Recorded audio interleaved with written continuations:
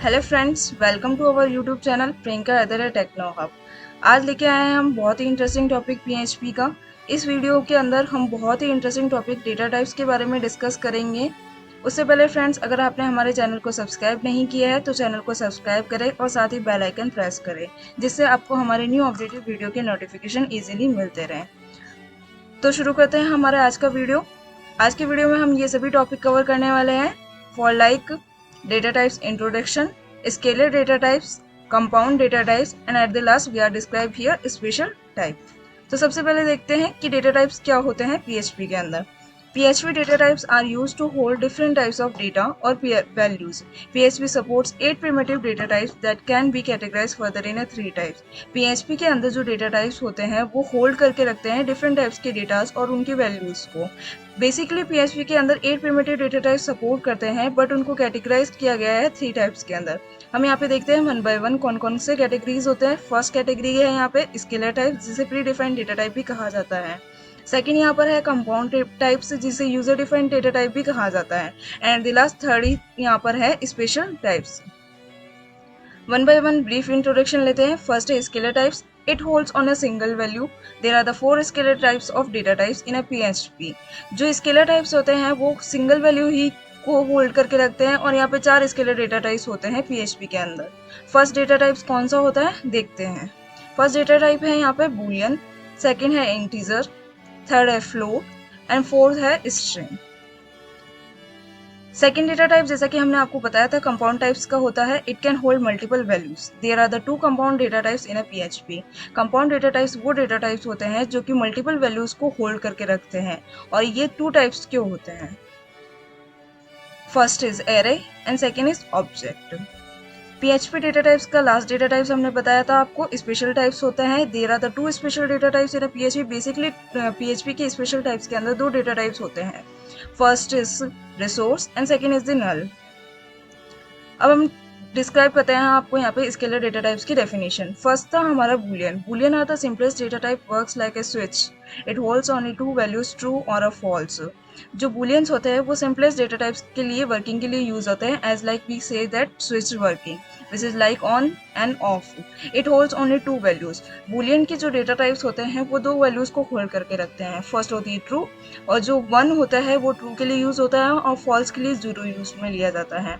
It is often use with the conditional statement. जो Boolean data types होते हैं PHP के अंदर उन्हें कंडीशनल स्टेटमेंट के साथ में यूज किया जा सकता है। Conditional statements are means that कि आपको कंडीशन गिवन होगी कि वर्क हो भी सकता है या फिर नहीं भी हो सकता है।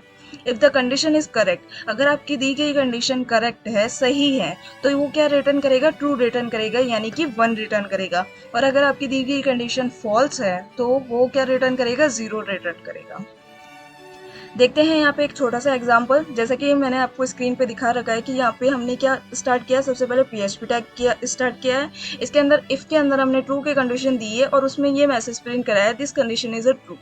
और सेकंड के अंदर हमने फॉल्स दी है और उसके अंदर एक मैसेज प्रिंट कराया है, दिस कंडीशन इज फॉल्स। और then we close the PHP tag.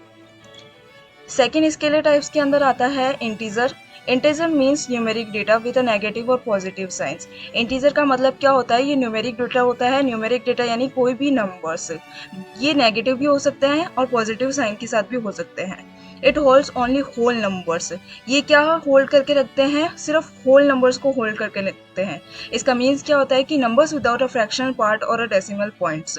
इसका मतलब ये है कि होल नंबर्स वो होते हैं जिसमें कोई भी फ्रैक्शनल पार्ट नहीं होता है केवल, और ना ही कोई डेसिमल पॉइंट्स होते हैं। विदाउट डेसिमल के जितने भी पॉइंट्स आते हैं वो होल नंबर्स के साथ इंक्लूडेड होते हैं। अब यहाँ पे इंटीजर्स के कुछ रूल्स होते हैं, वो देखते हैं one by one. First rule यहाँ पे क्या है? N integer can be either positive और नेगेटिव। जैसे कि हमने आपको ऊपर भी बताया था कि न्यूमेरिक डेटा वही होता है जिसके अंदर नेगेटिव और पॉजिटिव साइन दोनों ही इंक्लूडेड होते हैं, बट उसके अंदर कोई भी फ्रैक्शनल पार्ट या फिर डेसिमल पॉइंट्स इंक्लूडेड नहीं होता है। So our next point is also said that an integer must not contain decimal point. इसका मतलब ये है कि इंटीजर कभी भी डेसिमल पॉइंट नहीं कंटेन करके रखता है। Integer can be decimal of a base 10, octal of a base 8 और hexadecimal of a base 16. अगर इंटीजर कभी डेसिमल पॉइंट्स को होल्ड करके रखता है तो वो कौन से डेसिमल पॉइंट्स को होल्ड करके रखता है? It contains the base of the 10 of the value, octal of the base of the 8 value and hexadecimal of the base of the 16 value. The range of N integer must be lie between. जो range होती है integer numbers के data types की वो कहाँ पे lies करती है? 2 की पावर 31 टू माइनस की पावर 2 की पावर 31. अब देखते हैं इसी का छोटा सा एग्जाम्पल. सबसे पहले हमने यहाँ पे PHP टैग को स्टार्ट किया. उसके अंदर डॉलर एक वेरिएबल लिया है $1 और उसके अंदर वैल्यू को असाइन किया है 34 जो कि क्या है? न्यूमेरिक वैल्यू है. और सेकंड हमने क्या लिया है यहाँ पे $oct1 करके एक और वेरिएबल लिया है और उसके अंदर हमने एक वैल्यू असाइन की है 0243. एंड देन हमने एक थर्ड वेरिएबल और लिया है यहाँ पे जहाँ पर हमने $हेक्सल करके यहाँ पे वेरिएबल को डिक्लेयर किया है और उसके अंदर वैल्यू असाइन की है 0x45.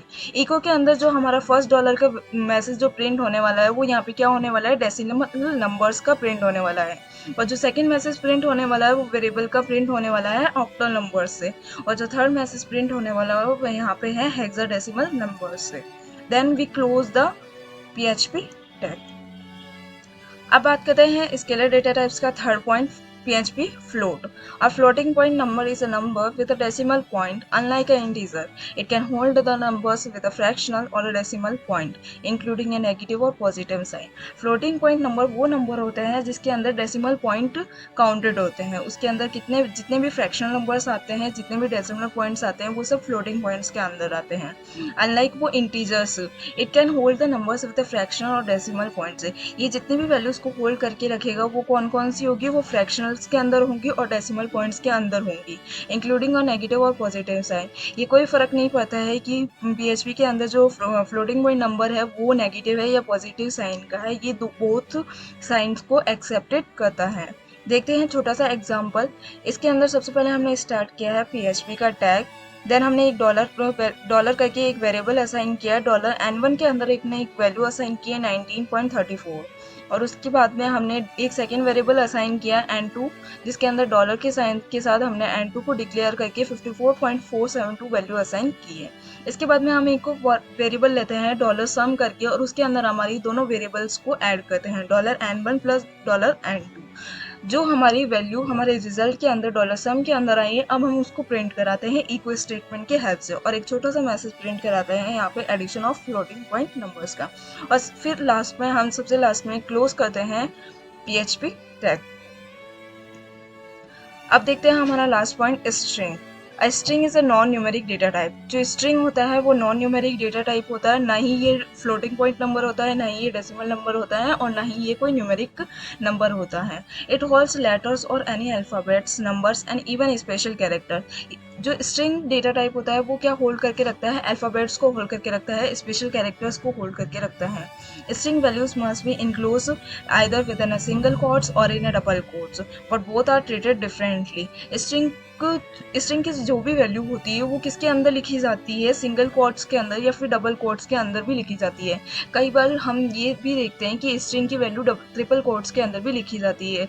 सो इसका मतलब ही यही होता है कि ट्रिपल कोट्स के अंदर भी हम स्ट्रिंग की वैल्यू को लिख सकते हैं. बट ये तीनों ही अलग अलग तरीके से ट्रीट होते हैं. इनके तीनों के ही आउटपुट अलग अलग तरीके से आते हैं. देखते हैं यहाँ पे एक छोटा सा एग्जांपल. स्टार्ट करते हैं PHP टैग को और उसके अंदर एक वेरिएबल असाइन करते हैं डॉलर कंपनी के नेम्स के अंदर और उसके अंदर एक वैल्यू असाइन करते हैं जो कि स्ट्रिंग वैल्यू है जावा टी पॉइंट. ये यहाँ पर जो सिंगल कोट्स हमने लगा रखा है both single and double quotes statement will be treat different. इसका मतलब ये है कि अगर यहाँ पे मैं ट्रिपल कोट्स लगाती तो वो अलग तरीके से आउटपुट डिस्प्ले कराती है और अगर ये डबल कोट्स है तो वो अलग तरीके से आउटपुट डिस्प्ले कराएगा और अगर यहाँ पर सिंगल कोट्स है तो वो अलग तरीके से डिस्प्ले कराएगा. ये तीनों ही अलग तरीके से आउटपुट डिस्प्ले कराते हैं. हमने एक यहाँ पर छोटा सा मैसेज प्रिंट कराया है हेलो डॉलर कंपनी से और इको के अंदर हमने एक BR टैग यूज में लिया है. BR टैग के बारे में हमने आपको पहले की वीडियो में भी बताया था कि BR टैग को यूज में लिया जाता है लाइन को ब्रेक करने के लिए. और उसके बाद में हमने एक और इको स्टेटमेंट के अंदर हेलो डॉलर कंपनी करके सिंगल कोट्स के अंदर मैसेज को प्रिंट करा है और उसके बाद में हमने PHP टैग को क्लोज कर दिया. अब देखते हैं हमारा जो सेकंड डेटा टाइप था कंपाउंड डेटा टाइप, उसके बारे में। कंपाउंड डेटा टाइप्स के अंदर हमने बताया था कि ये मल्टीपल वैल्यूज स्टोर करके रखता है और ये 2 टाइप्स के होते हैं। अब ये 2 टाइप्स के फर्स्ट हम यहाँ पे डिस्क्राइब करेंगे। फर्स्ट क्या था, PHP array. An array is a compound data type. It can store multiple values of a same data type in a single variable. जो array होता है वो compound data type होता है। ये स्टोर करता है मल्टीपल वैल्यूज को सेम डेटा टाइप के अंदर एक सिंगल वेरिएबल के अंदर। इसका मतलब ये है कि एक सिंगल वेरिएबल के अंदर हम सेम डेटा टाइप्स के मल्टीपल वैल्यूज को स्टोर करके रख सकते हैं। देखते हैं यहाँ पे एक छोटा सा एग्जांपल। इसके अंदर हमने PHP टैग को स्टार्ट करके एक वेरिएबल डिक्लेयर किया है 22 के अंदर और उसके अंदर हमने एक एरे क्रिएट किया है। एरे के अंदर हमने स्ट्रिंग डेटा टाइप्स के वैल्यूज को डिफाइन किया है और जिसके अंदर मल्टीपल वैल्यूज को हमने यहाँ पे डिफाइन किया है। वेयर डम्प के अंदर हमने हमारे वेरिएबल जो आपने असाइन किया था उस वेरिएबल को यहाँ पे डिफाइन किया। जो वेयर डम्प फंक्शन होता है वो क्या रिटर्न करता है, डेटा टाइप्स को रिटर्न करता है और वैल्यूज को रिटर्न करता है। इको के अंदर br टैग को यूज में लेकर हमने लाइन को ब्रेक किया है और उसके बाद में हमने हमारे 3 मैसेज प्रिंट कराए हैं, जिसके अंदर फर्स्ट मैसेज में हमने एरे के एलिमेंट की फर्स्ट पोजीशन प्रिंट कराई है एंड देन सेकंड एरे की एलिमेंट पोजीशन प्रिंट कराई है और देन थर्ड एलिमेंट प्रिंट कराया है। उसके बाद में PHP टैग को क्लोज किया है। अब देखते हैं हम सेकंड कंपाउंड डेटा टाइप्स का सेकंड टाइप, वो है ऑब्जेक्ट। ऑब्जेक्ट क्या होते हैं? Object are the instance of a user defined class that can store both values and a function. जो ऑब्जेक्ट्स होते हैं वो यूजर डिफाइंड क्लासेस के लिए होता है। यूजर डिफाइंड क्लासेस यानी कि ये किसके द्वारा डिफाइन की जाती है? यूजर के द्वारा डिफाइन की जाती है जब प्रोग्राम को क्रिएट किया जाता है या जनरेट किया जाता है। Classes that can store both values and function. ये जो यूजर डिफाइंड क्लासेस होती है वो क्या स्टोर करके रखती है? उस वैल्यूज को स्टोर करके रखती है और साथ ही फंक्शन को स्टोर करके रखती है। They must be explicitly declared. ये क्या होता है? ये पहले से डिक्लेयर नहीं होती हैं, ये प्रोग्राम के एग्जीक्यूशन होने से पहले प्रोग्राम को जनरेट करने के वक्त डिक्लेयर किया जाता है यूजर के थ्रू। देखते हैं यहाँ पे छोटा सा एग्जाम्पल, जिसके अंदर हमने सबसे पहले क्या स्टार्ट किया है, PHP टैग को स्टार्ट किया और यहाँ पे एक फंक्शन क्रिएट, यहाँ पे हमने सबसे पहले एक क्लास क्रिएट की है, देन उसके बाद में हमने एक फंक्शन क्रिएट किया है। क्लास का नाम हमने यहाँ पे बाइक रखा है और फंक्शन का नाम हमने यहाँ पे मॉडल रखा है।